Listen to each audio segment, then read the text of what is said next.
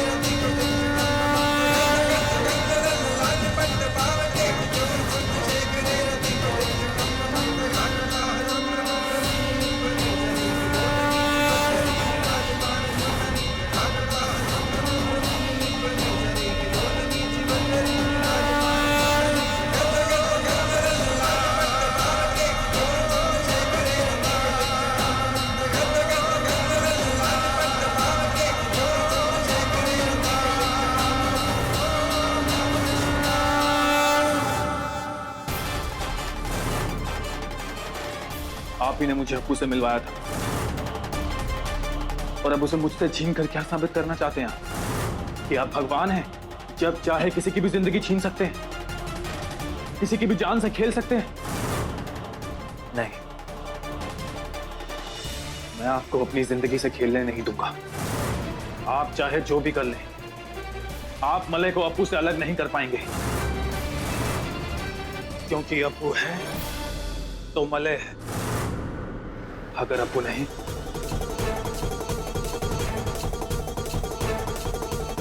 तो मलय भी नहीं।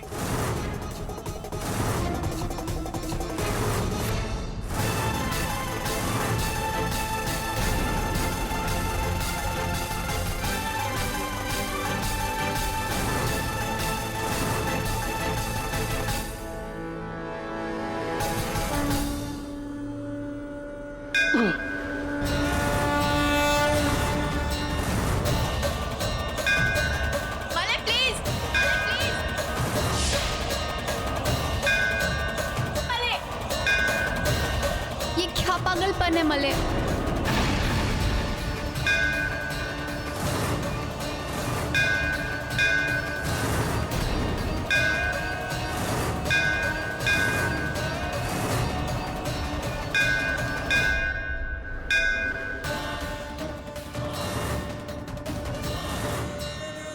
हे शिव जी, आपको विश्वनाशक कहा जाता है, हर मृत्यु का कारक माना जाता है ना। पर आज आपको अपना फैसला बदलना होगा। आज आपको अपू की जान बख्शनी होगी, वरना आज आपके एक भक्त के मौत का आरोप दूसरे भक्त पर लगा दिया जाएगा।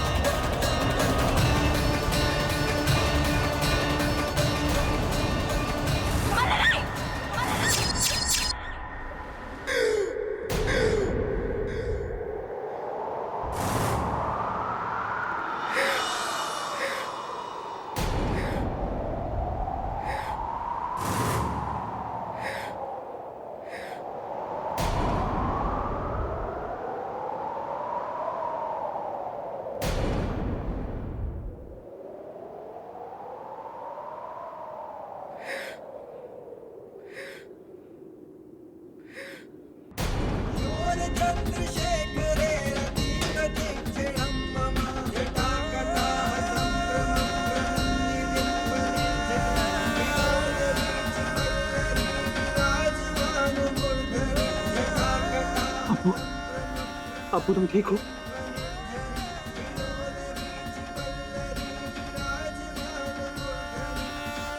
इंदा कभी मुझे उसे छोड़कर जाने की सोचना भी मत।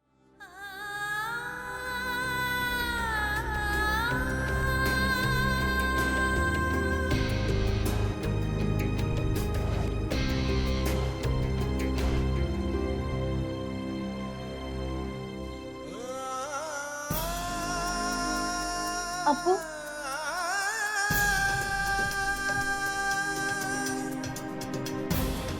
अप्पू चलो यहाँ से।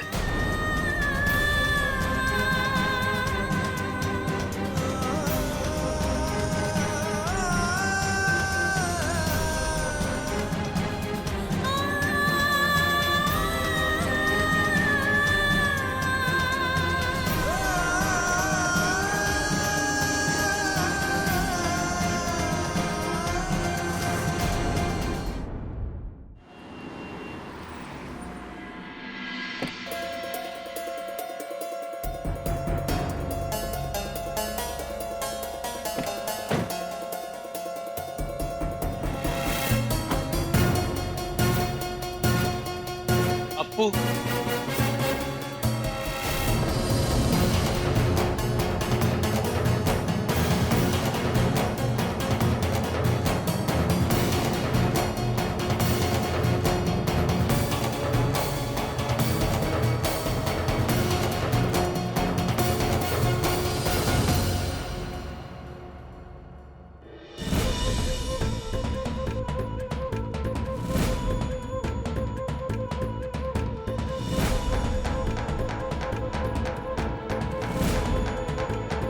अप्पू आज जो भी हुआ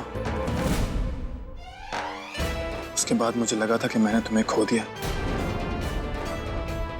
और तब मुझे एहसास हुआ कि मुझे तुम्हारे बिना जीना ही नहीं आता, और मैं तुम्हारे बिना जीना भी नहीं चाहता।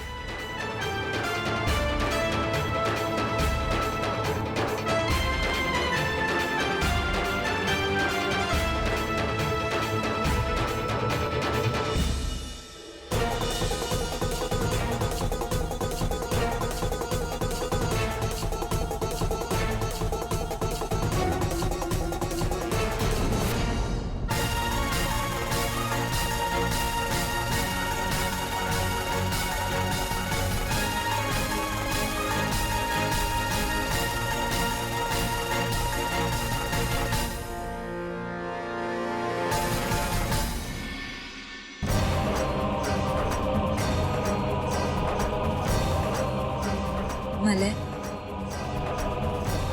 मुझे अब घर जाना चाहिए।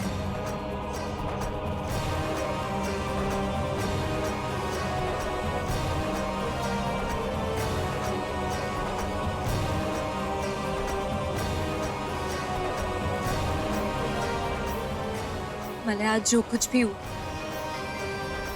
मैं नहीं चाहती कि किसी को भी इसके बारे में पता चले, खासकर कि माँ को। वो बहुत घबरा जाएंगे। वैसे भी बहुत कुछ गलत हो चुका। अब कुछ गलत नहीं होगा, मैं कुछ गलत नहीं होने दूंगा।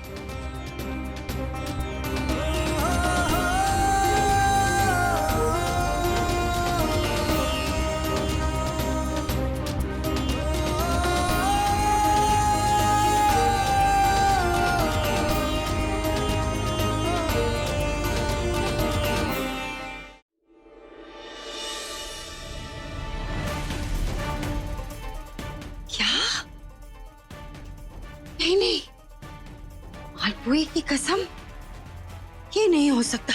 ऐसा हुआ है माँ। आज मैंने ईश्वर की भक्ति और प्यार की शक्ति का चमत्कार एक साथ देखा है।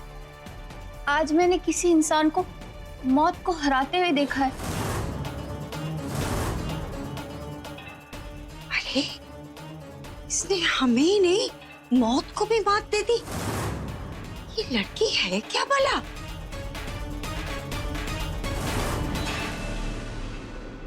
एक काम भी तुम लोगों से ठीक से नहीं हो पाता। देखो कितने सारे बांस गिरे हुए हैं, अगर किसी को चोट वोट लग गई तो हैं? तुम लोगों को कोई काम दे दो, तुम लोगों को समझ में नहीं आता है? नमस्कार पंडित जी। जी आप लोग? पंडित जी हम राहगीर हैं, बस भोले बाबा के दर्शन के लिए आए हैं। पर मंदिर तो दर्शन और पूजा के लिए 2-3 दिनों से बंद है। आपने बाहर बोर्ड नहीं देखा क्या? नहीं तो। पर पंडित जी मंदिर बंद क्यों है? क्योंकि ये मूर्ति परसों खंडित हो गई थी, और खंडित मूर्ति की ना तो पूजा शुभ होती है और ना ही दर्शन।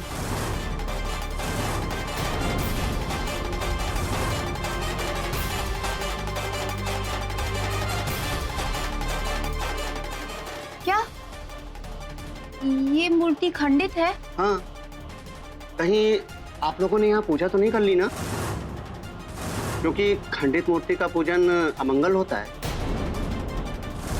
तो पूजा का फल भी अशुभ और मनहूस ही होगा ना। अच्छा, अब आप लोग यहाँ से हट जाइए, हमें नई मूर्ति स्थापना की तैयारी करनी है।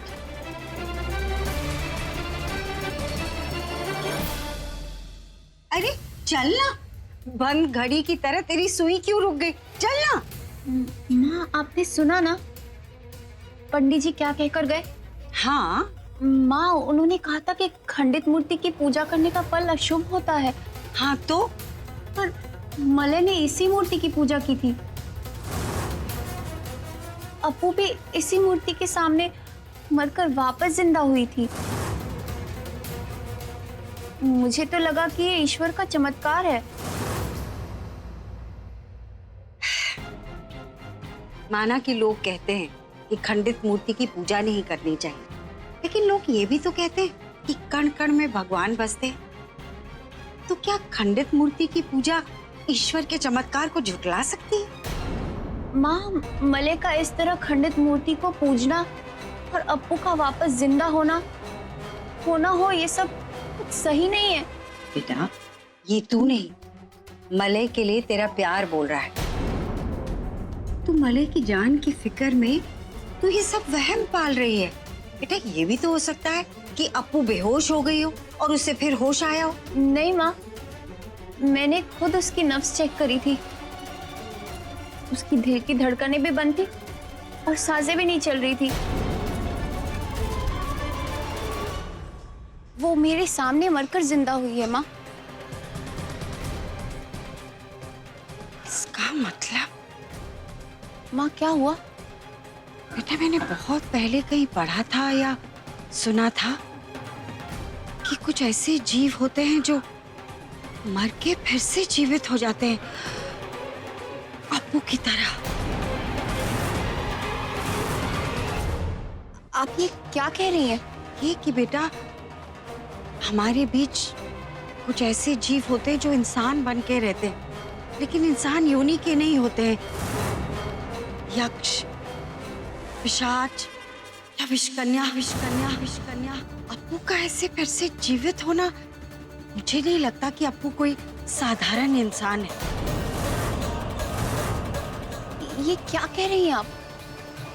ये सब तो किस्से, कहानियां, दंत कथाएं तो बच्चों को सुनाई जाती है ना। नहीं बेटा, याद है जब हम घोषबाड़ी में गए थे तो हमें किसी ऊपरी शक्ति का एहसास हुआ। हो सकता है वो शक्ति अपू हो, क्योंकि उसका ऐसे फिर से जीवित होना कोई साधारण घटना नहीं है बेटा। साधारण तो नहीं है माँ, लेकिन बिना सबूत यक्ष, पिशाच, विषकन्या जैसी बातें करना इस वक्त ठीक नहीं होगा। ये असाधारण बात है।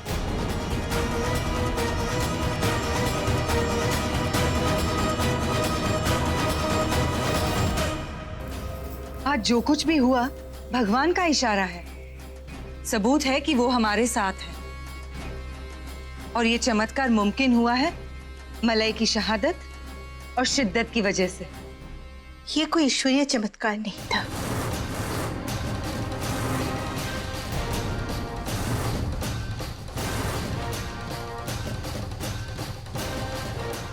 आज हमारी ओपू यदि जिंदा है क्योंकि इसने विषकन्या की योनि में जन्म लिया है।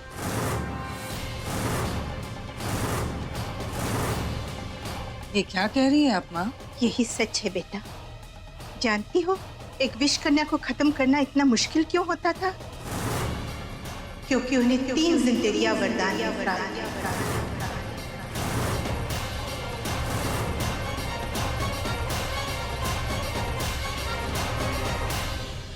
सुना सुना तूने ओप्पो? 3 जिंदगियां हैं तेरे पास। तू तो सच में अपराजिता है शोना। अब मित्तल परिवार को तुझसे और हमसे कोई नहीं बचा सकता। कोई नहीं बचा सकता ओप्पो।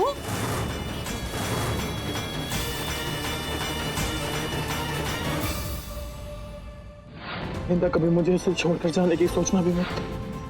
अब आज जो भी हुआ उसके बाद मुझे लगा था कि मैंने तुम्हें खो दिया, और तब मुझे एहसास हुआ कि मुझे तुम्हारे बिना जीना ही नहीं आता, और मैं तुम्हारे बिना जीना भी नहीं चाहता।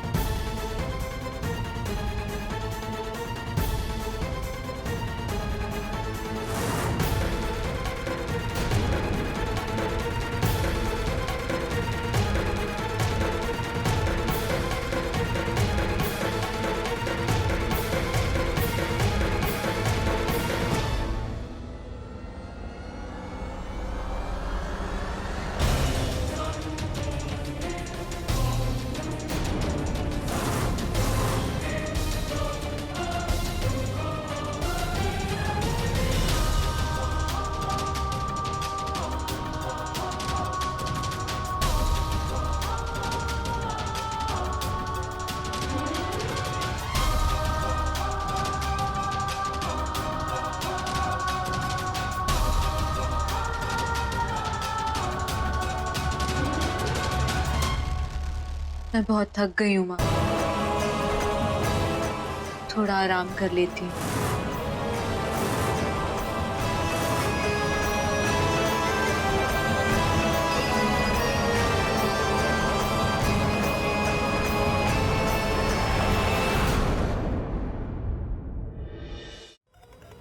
नहीं, ऐसा नहीं हो सकता। कोई मर के जिंदा? मैं नहीं मान सकती। हुआ है आंटी, मैंने अपनी आंखों से देखा है, मेरे सामने हुआ है। तो बस ये पता लगाना है कि ये कोई ईश्वर का चमत्कार था या कुछ और। इसलिए मैं और माँ यहाँ रुक गए। बेटा, इसके लिए मैं आप लोगों का जितना शुक्रिया अदा करूं कम होगा। कैसी बातें कर रही है जीजी? आप लोगों के रुक जाने से मेरी उम्मीद फिर से बंध गई है। पर मले ने मुझसे अब तक बात नहीं की है, इसलिए मैं आप लोगों को घर नहीं, उसकी कोई जरूरत नहीं है। आंटी, आप इस बात की चिंता मत कीजिए। जैसा मैंने सोचा है, अगर वैसा ही हुआ तो हमें आपके घर पर रुकने की जरूरत नहीं पड़ेगी।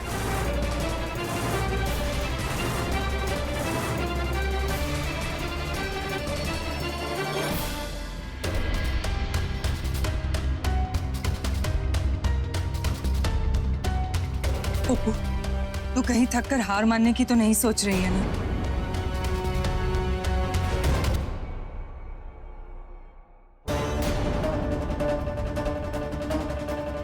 बस इसी बात का डर था मुझे।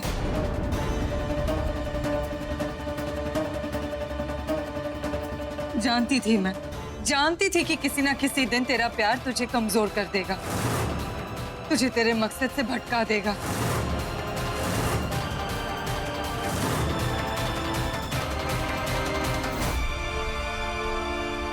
प्यार है ही ऐसी ताकत माँ कि किसी को भी कमजोर कर सकती है, और मैं मलय से बेहद प्यार करती हूँ।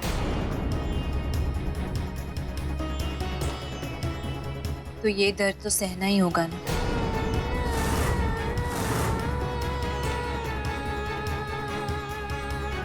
पर मामुनी, अगर मलय मेरी कमजोरी है तो आप और माँ मेरी ताकत।